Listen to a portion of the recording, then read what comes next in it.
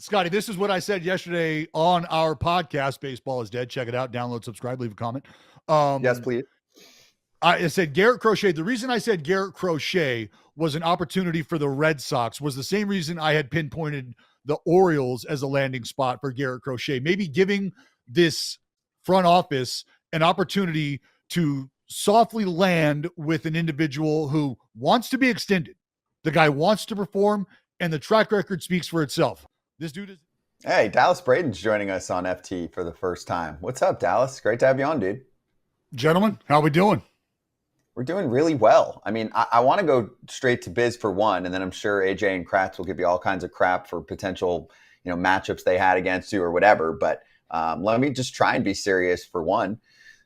The A's, the team you've covered the closest for years now, signed Luis Severino. I saw a report this morning that they were in second place for Max Fried. You talking them into buying pitching like this? Buddy, if I'm talking, I don't know how many people are listening in that room. And I don't know how much weight the voice carries. What's nice to see is, and look, let's be honest, you can look at this through a couple different lenses. I think initially the first lens is this is something that was told to the fan base once a lot of the commotion started was there will be an expected ramp up in terms of payroll in anticipation of the ultimate move of the landing spot, which is Las Vegas. And with that being said, you have to start paying somebody at some time. So the largest contract in franchise history goes to Luis Severino. And that, I think, again, can serve a couple different purposes. One of the first and most important purposes it serves is it gives somebody in the rotation to assist JP Sears, who for the second year in a row was the most consistent, most available starter taking the ball every fifth day. You now have a veteran presence that can assist in that. From there, I think it meets a lot of financial requirements that I think are also necessary to continue to operate the way the franchise does. So with those two things being able to be taken care of with the signing of Severino, it gives Severino an opportunity to continue to perform, continue to provide for his family, and who knows what that leads to. I'd like to believe it leads to an extended postseason run for a young club who I saw get better. We're getting a little ahead of ourselves, but I think that's how you have to digest and view this move for Severino with the Athletics.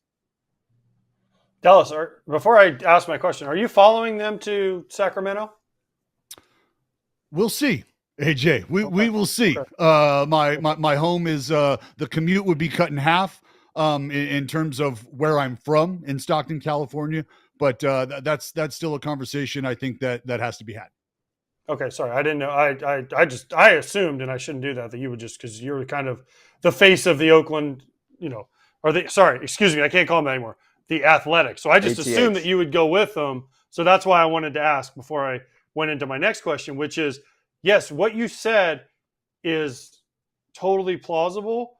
They have to spend money because they went from a huge market to a small market. And now because of the rules, they have to actually spend money, which for John Fisher has to be like, oh my gosh, they're pulling out all my teeth one at a time because I actually have to spend this $70 million I get in revenue sharing every year. But can they continue to do this? Can they, and are there more big moves on the horizon? Because you said Luis Severino, highest paid player in A's history, right? Finally took out Eric Chavez, who, no offense, we all love Xavi, but he retired like 15 years ago, okay? But will they make moves? Because we saw they're in on Max Fried. So now is there a Jack Flaherty? Is there someone else, another name we're not seeing that could jump in and the A's say, hey, guess what, guys? We're not that bad. We're close to being a playoff team. Come here and you can put us over the top. As quickly as you'd like to give an executive office credit for spending money that they told you they were going to be spending, that's why I think a lot of folks have taken pause because of what you have just laid out and in terms of being able to operate. Now, moving ahead, do you want to see this trend continue? Absolutely. Because what does that tell you? That tells you that there's confidence in the young men who have showed up the last few seasons and continued to perform. in spite of the noise surrounding them, which I think they need to be given a ton of credit for. I mean, when you watch the emergence of a player like Lawrence Butler, when you watch Brent Rooker continue to pop eyeballs out of the heads of people who've been watching baseball for a long time with his late blooming performance, you have to get excited about what's going on in that clubhouse. And as somebody who is allowed in that clubhouse, and those guys allow me to have the conversations that I get to have with them, I know what that vibe is like. And I can tell you right now, that's a room full of competitive big leaguers. And boys, we've all been a part of a room just like that, where there's question marks about how you're going to be able to succeed, where the productivity is going to come from. Well, I think a lot of those questions get answered on the daily from within those walls. So I don't think that's the issue. The issue is, or the question is, and I think it's a justifiable question, is what happens now?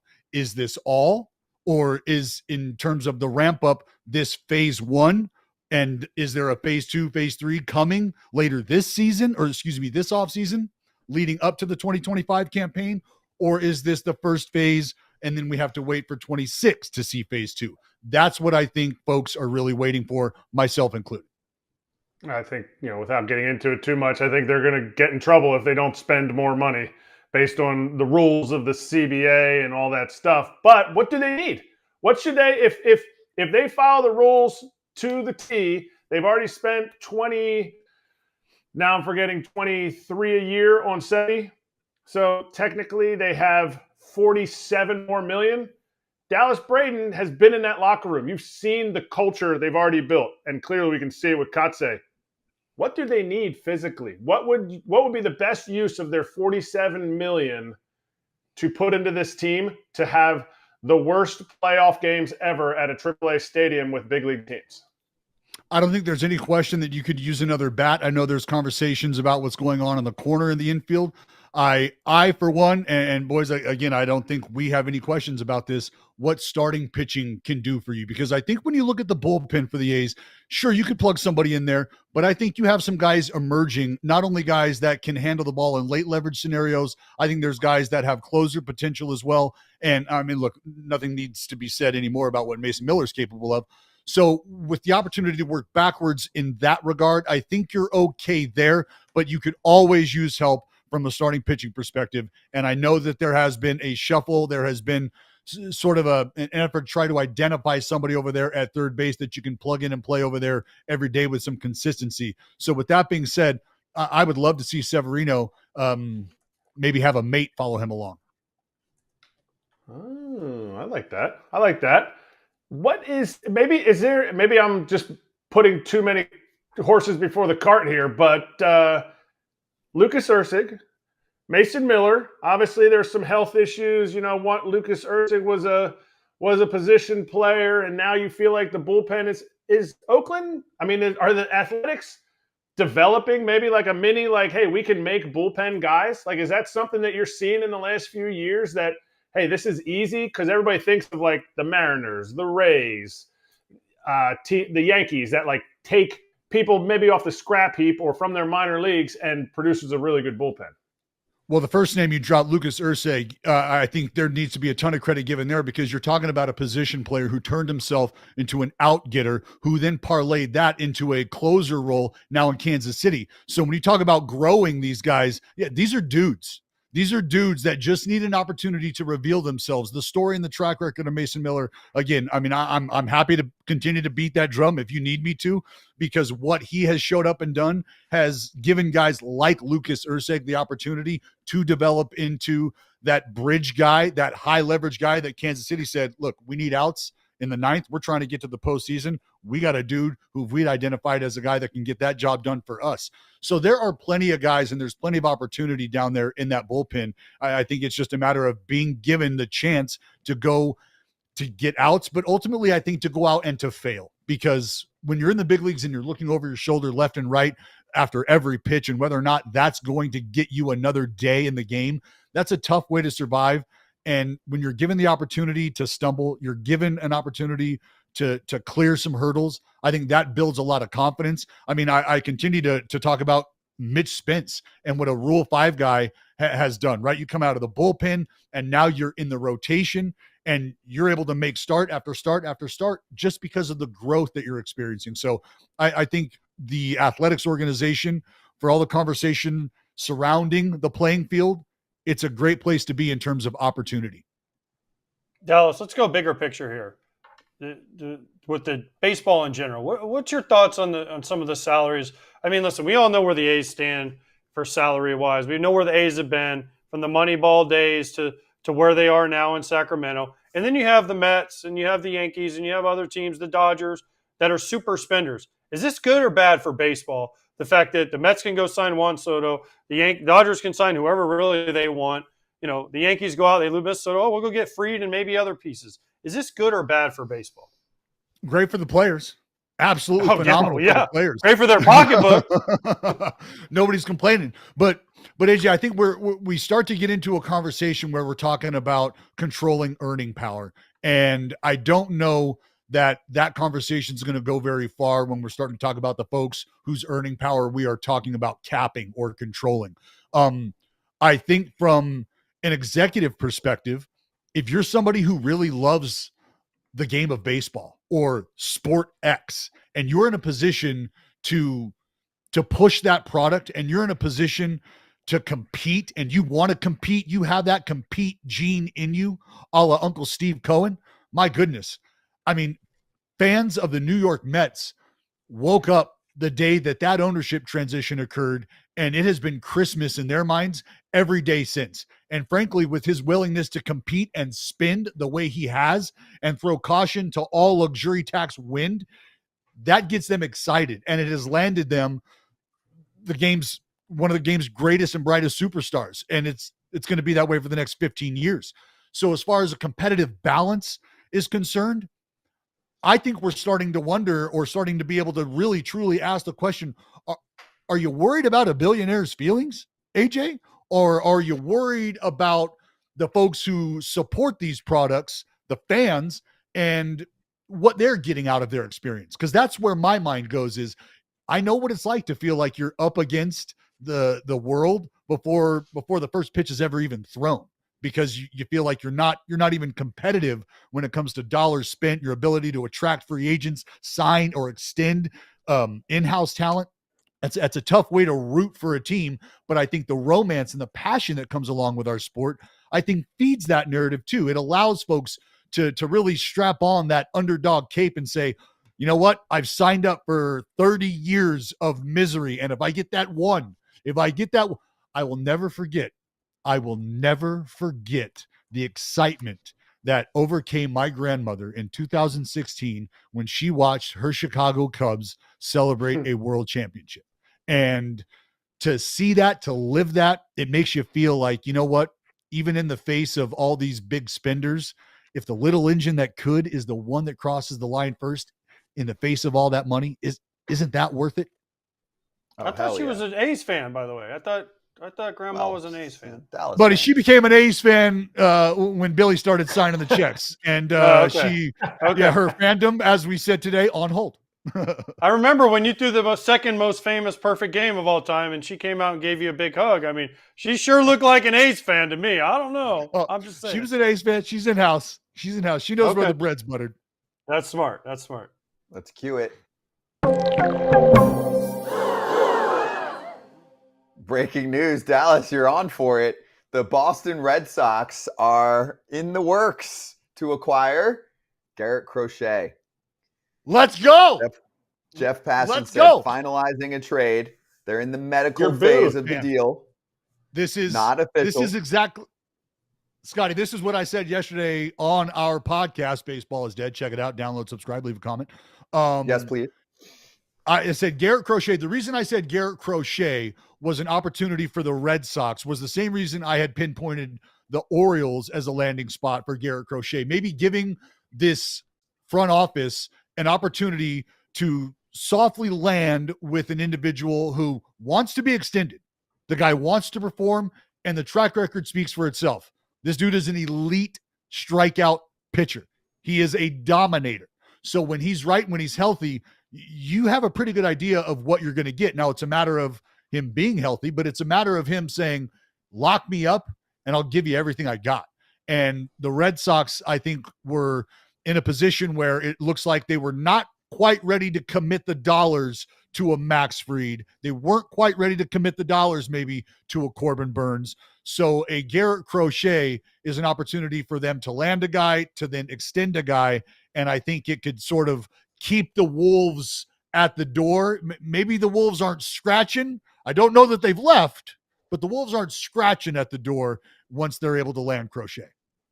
I'll give you another detail here as it's coming through. So there's Passon reporting it first, but Julian Mack, who covers the team, Dallas, said the deal does include one of their top prospects, catcher Kyle Teal. He said none of the other big name prospects. Obviously, I'm sure there's other players going towards the White Sox. I wouldn't be surprised if Wilyer Abreu is included because I know they're looking for some position players, and I felt like that was a guy that they were into, but we'll find out soon. But Teal's in there. So what do you think about the early returns here? And some Red Sox fans were really getting a little into prospect hugging, but the good news is they've got 4 pretty high-end prospects. So if this costs 1, this creates a pitcher with what? Number 1 upside, which we saw last year, who costs basically nothing in starting pitching terms. That's John Henry's dream, isn't it? This is that is precisely, Scotty, why I thought that this was going to be a potential move for the Red Sox to make for everything that we're talking about here right now. And I know when you talk about prospect hugging, I know that there's a desire to try to keep a group together because you want to move a core along together. And there's a lot of different reasons, not again, from a player perspective. I think about growing with my boys, growing with the teammates and establishing something and how much that means from a fiscal perspective and a control perspective. I think there's some value in having these guys together and being able to sort of control how that plays out. But ultimately, you're right. You're going to have to part ways. That's why these are resources ultimately. And that's why we know prospects to be commodities. And when we talk about the draft and how much value is applied per organization to a draft slot, we know that there's slot value, but we also know that organizations value draft picks differently.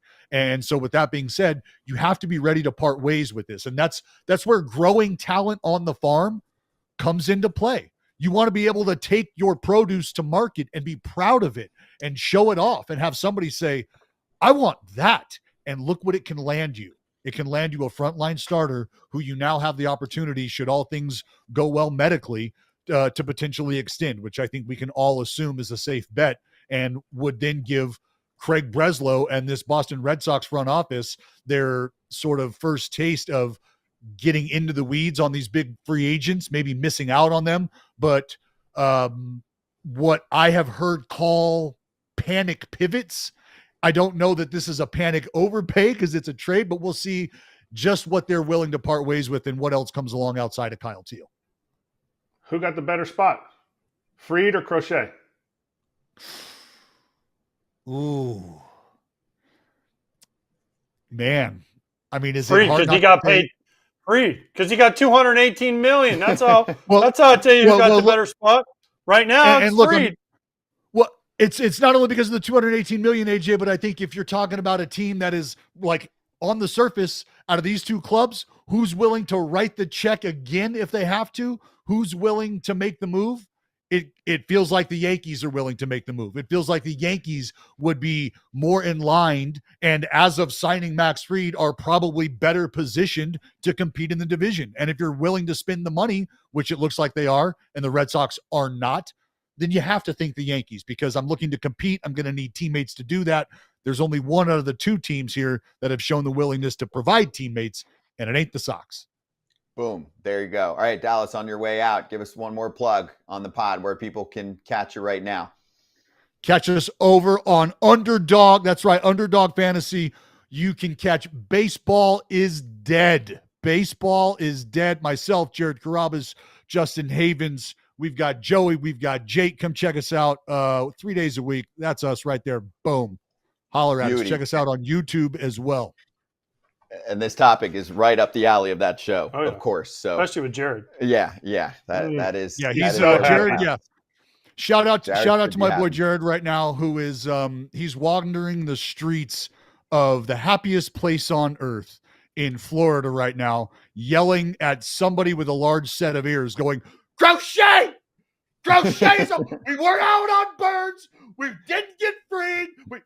So shout out to Jared. Eat a churro. Enjoy the teacup ride. You'll be fine. If we walk outside my house here, Dallas, we might be able to hear him because Disney is not far from where we're at right now. Yeah, we're close. It is right there, right across the lake. You can see Disney, so it ain't that far. So maybe if I walk out there, if it wasn't pouring right now, it is. So if he's yelling into his poncho right now, okay? Because it's absolutely pouring here.